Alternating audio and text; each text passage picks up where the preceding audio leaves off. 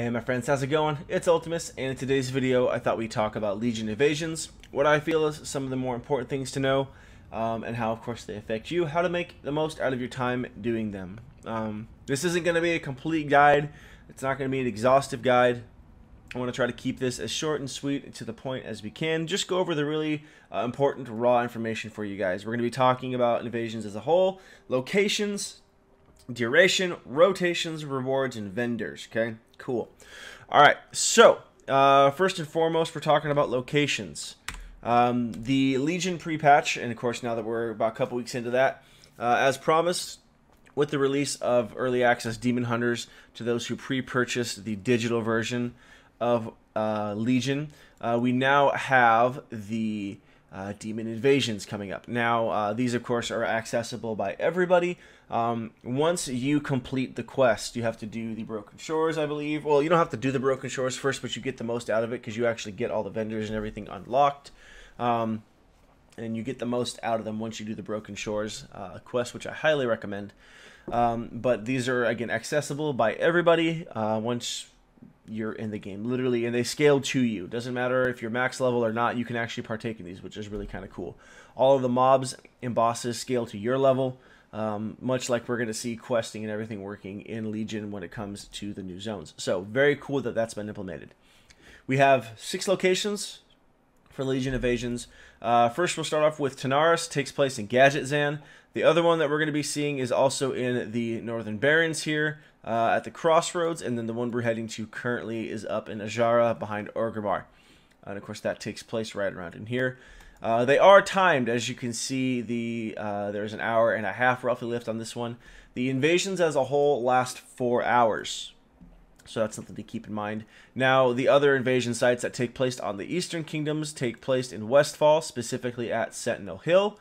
You'll also find them in, where are you at, Dunmorrow and Caranos, and then of course in the Hillsbrad foothills here at Taran Mill. So those are the 6 locations you'll find them at. They can be anywhere. They can be one on each continent, which where I just finished one in Caranos. They can be both on the same continent. They're really easy to spot. All you have to do is look for this giant green pimple basically on the map. It says Legion Invasion, lets you know how much longer you have to complete them. Once you start the invasion, like the actual event itself, there is no time frame that you have to complete it, because sometimes there's just not a lot of people on, so you're not blasting through mobs. It takes you, half an hour to 40 minutes almost. And then there's other times when you'll go through and you'll finish the entire scenario. I'm talking like all 3 phases of it in like 10 minutes, depending on just how many people are on. You are going out into the world, so do keep in mind, if you don't want a world PvP at all, keep your PvP flag off if you can. There's some zones that just forces you to have the flag on, and so you just kind of have to deal with it. You can complete each invasion once on each character per 4-hour rotation. So like for example, once I'm done with this one on my warrior, there won't be any more invasions up for him until the timer is over. Now I can do these invasions on my other characters throughout the course of this invasion, but one set of invasions per 4 hours per character. Once that timer goes away and the new ones come in, then you can go in and you can partake in the invasions again. Now, the invasions themselves are very, very cool. I'm not really going to go over in this video the quickest way to get to each one. That's just not my intent behind this video. There's better videos out there to go through that, so I would encourage you to search those up as well. Dalaran is really probably the most central place for you to get to, and then to take ports everywhere, but again, that's not what we're going to talk about. So basically how they work is once you get to the zone, you begin the invasion itself. So once we get to Ajara, we'll go ahead and cut on over to that, and you'll see what I'm talking about. So I'll catch you guys there. Alright guys, so we are just leaving the butt end of Orgrimmar here. We are coming back here into Ajara. And as you can see, once we come into Ajara itself, we're going to see the meter show up. There are 3 stages to Legion invasions. In the first one, you're pretty much just taking out a bunch of lackeys and dealing with that, and of course the gauge fills up as you kill more of them. Now I have no choice but to have PvP enabled while I'm here, since I am of course in unfriendly territory on a PvP server, which I'm okay with, which is why I play on a PvP server. So you pretty much be jumbled up into one area while the first invasion is going on. As you can see, there's really not a whole lot of people out here, which is okay for now since we're recording, makes things a little bit easier. But there's one horde down there. The second stage of the event will take place in roughly the same area. You'll have to deal with 2 lieutenants and a commander. They're basically mini-boss mobs. The 2 lieutenants will spawn at the same time. The commander will spawn afterwards, and then, of course, you go into stage 3. Now, in case you die during the middle of the invasion, some of the spirit healers do have the battleground mechanic added to their res timers or to themselves, so you have a res timer attached. Not all of the spirit healers in the zone, but the one that is closest to the actual invasion site itself. So that's something worth noting, something quite cool, and I'm glad they added that to the game for the actual events themselves. So now that we're into stage 2, I'll show you real quick. Obviously, we have over here on the side for the scenario the requirements to complete it, the demon commander and then the demon lieutenant. We have the first lieutenant there and the second one over there. They typically do spawn at the same time, so you'll have to deal with them both at the same time. And then afterwards, then the commander comes in. Then after you deal with the lieutenants themselves, you have the demon commander, which can range from anywhere from a pit lord to any other variation of demon. I'm getting killed by hordes. Excellent. So you'll endure a lot of that as well. So once stage 2 is completed, you'll get credit for it. You have to tap the boss once, I believe, unlike stage 3, which we'll talk about a little bit later. And you get the small legion chest for completing stage 2. Open it, you have a chance, or you will get gear, and of course you get some nether shards. Now this is where things get a little bit exciting, because now you'll have the invasion points still, and then of course you'll have the legion structures. And the most important things are these giant skulls on the map. These are some very important demons. They're basically mini bosses. Each of them have their own boss mechanics. Each of them have their own requirements. This is probably the most difficult, as you can see there, the dark shielding. I don't know why people still have a hard time with this, but here it is. While that dark shielding is up, he has the fell visages. He has the fell visages up, as well as some mind-controlled minions that he will spawn in with. You have to kill those mind-controlled minions first, basically, to go through that shield. It'll tell you how many points are left on it, or how many shields are left, minions are left, and then you can attack the boss. All you have to do is tap the boss once to get credit for it, and then you're able to take advantage of that once the actual fight is over. My experience with it is if I died, I had to come back and re-tap the boss. So if that is your experience with it as well, please do confirm, but that so far has been my luck with it. So again, all you'd have to typically do is hit the boss once and you get credit for the encounter. I personally like to still get in there. You get anywhere from 5 to 10 nether shards for completing it. And this is how you get the most nether shards for your time. If you're farming nether shards, you want to kill as many of these bosses as possible. Now, I mentioned that all you have to do is tap the boss to get credit for it. While it is a little cheesebally and it's really lame that people do it at the same time, if you're on a server that is extremely inflated with one faction or the other and they insist on attacking you and you can't even participate in the event, sometimes you just have to do what you have to do. So it's also one of the quickest ways to get through the event itself, that and taking out the structures. So killing the bosses gets you the nether shards. All you have to do is tap them once to get credit for it, and then you'll be rewarded anywhere from 5 to roughly 10. 10 is the most I've gotten from anything. So if you can get more, I'll be a little bit surprised, but I'm not saying it's impossible. I'm also fairly certain you can tap multiple bosses at the same time. I'm not 100% sure though. So just to confirm, we did kill this boss and didn't touch this boss over here. Aside from the one time we tapped it, we did get both shards for the boss kill. So very important to note. Now for stage 3 of the Legion Invasions, there's some really important technical things that, of course, I think are worth mentioning. Now, once you get to stage 3, sometimes there are still some of the mini bosses throughout the map. Now, it is worth it to you if you are farming the nether shards to continue killing those bosses and do not go after the Demon Lord. The reason for that is because you get credit for killing the Demon Lord just for being in the zone while the event is going on. So if you're farming for shards, it is not worth it to you if you have a small party of friends that are doing the same thing to stop and go after the Demon Lord.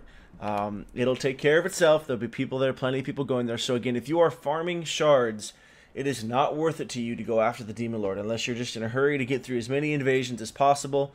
If there's a bunch of other mini bosses though that you want to go through and kill, it is worth focusing those down rather than just focusing on the Demon Lord.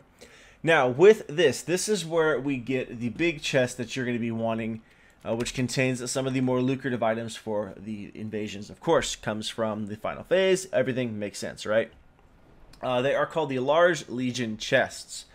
Now, in these chests, not only do you get a piece of gear, some nether shards, you have a chance at Coalesced Fell, which we're going to talk about a little bit later. Again, you have a chance at some of these unique weapons that drop exclusively as of now from the Legion events. So we're going to go ahead and talk about those real quick.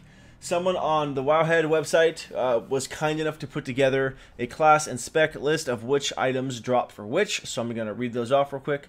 I'll also share the link with you guys in the comment or in the description of the video as well, so you can check it out for yourself. Daggers, the agility daggers, the worm tongue spite blade drops for rogues, sub, and assassin. There is a one-handed axe, a strength axe called the Fell Hacker that drops for prop warriors, prop paladins, and frost death knights. There is a one-handed agility axe called the Eridar Splitter that drops for enhancement shamans, outlaw rogues, windwalker monks, and demon hunters. There is a one-handed intellect mace, the corrupted Argus gavel that drops for all healing specs, so do keep that in mind, but every healing spec, elemental shamans, and balanced druids. There is a one-handed intellect sword, which I am desperately after because the actual skin itself looks sick. But it's called the Eridar Battle Blade, and it drops for all mages, warlocks, Mistweaver monks, and holy paladins.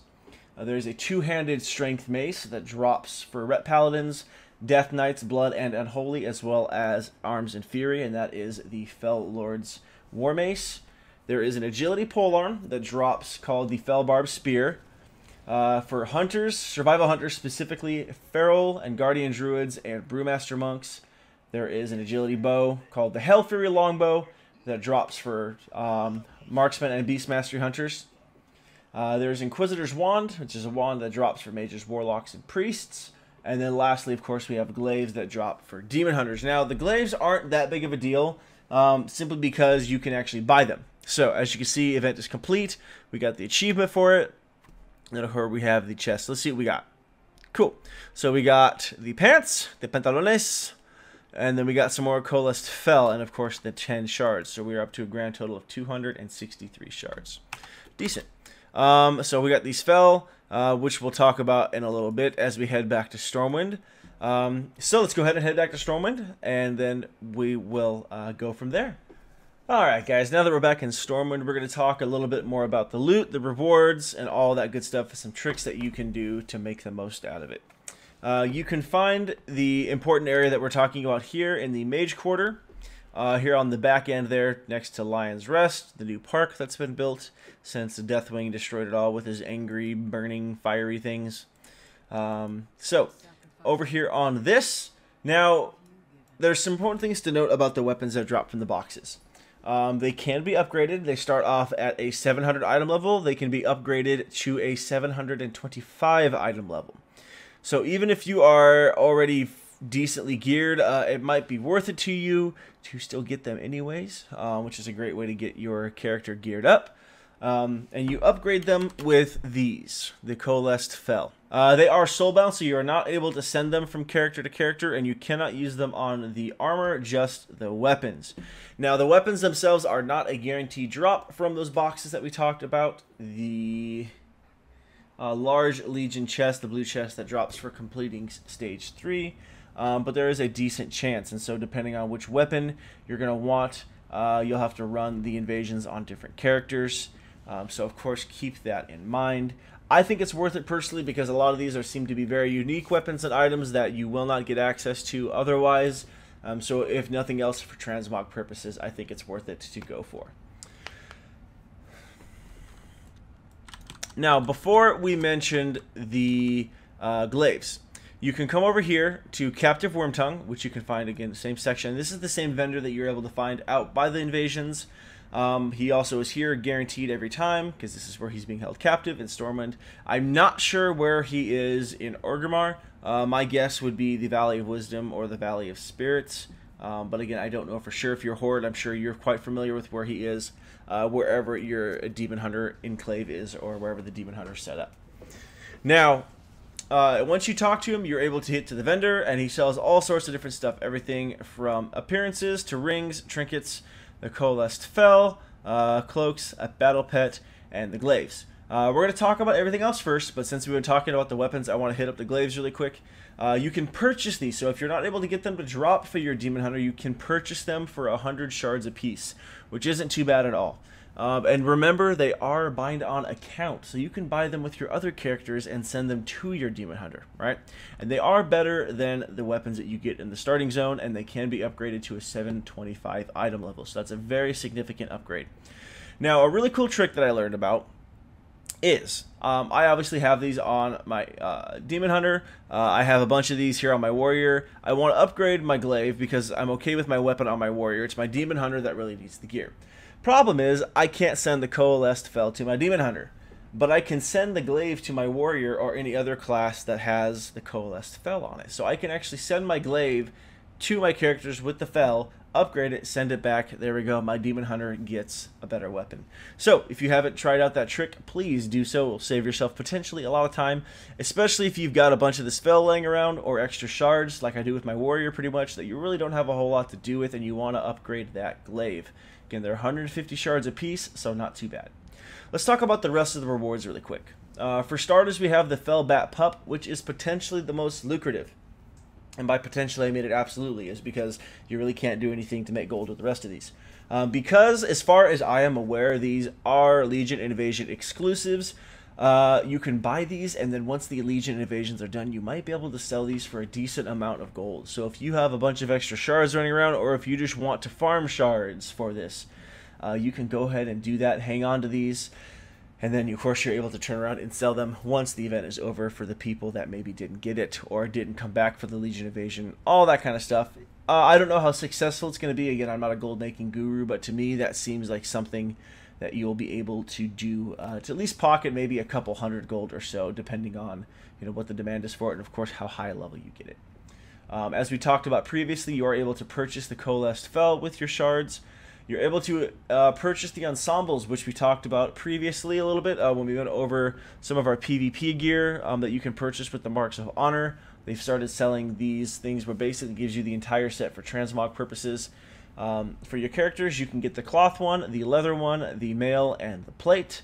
Of course, you unlock these as you go through and unlock the individual pieces of gear anyways, so that might not be worth it to you, but if it is, if you just want the transmogs for it, they're here, 200 shards apiece, which again, pretty easy to get in all honesty. You get close to 200 shards per invasion if you do it right, so you can get one of these rather quickly. The cloak is important, at least as far as I'm concerned, because I don't know of any other cloak in the game right now that looks like this. So if you're just a transmog fiend, worth it. 50 shards, dirt cheap again, and of course it doesn't look like any other cloak I've seen, so that's worth it. Of course we have the neck, another neck piece, which is, I believe, so stamina, crit, haste, stamina, haste, mastery, cool. And then we have a ring as well, a secondary ring, a trinket, and the glaives that we previously talked about. So that's where the vendor is. Those are some of the rewards that you're able to get, and some clever ways to get around them and use them to your advantage to get the most out of the Legion Invasions. I hope this video made sense to you guys, and for you guys, I hope it was put together in a way that makes sense. But I had a little bit of a script going for this one, which sometimes throws me off for whatever reason. I feel like I do worse with the script, or at least a list of things to follow so I don't forget anything, rather than if I just wing it. But I wanted to make sure I got all the information there for you guys anyways. If you guys have any questions about Legion Invasions rewards, anything to do with, of course, the topic in the video, please don't hesitate to leave a comment in the comment section. I would be more than happy to help you out, answer your questions, or point you in the right direction if I'm able to. But that's pretty much going to do it for this video, guys. So thank you so much for watching. Don't forget to like, comment, and subscribe if you have not done so already. Again, I just want to say thank you so much for 300 plus subs. It means the world to me. It's definitely motivating to keep putting out content and keep trying to challenge myself to make better content. So for those of you that have been here and continue to stick around, it means the world to me. So thank you very much. But I'm going to end this video here, guys. So again, thank you so much for watching, and I'll catch you next time.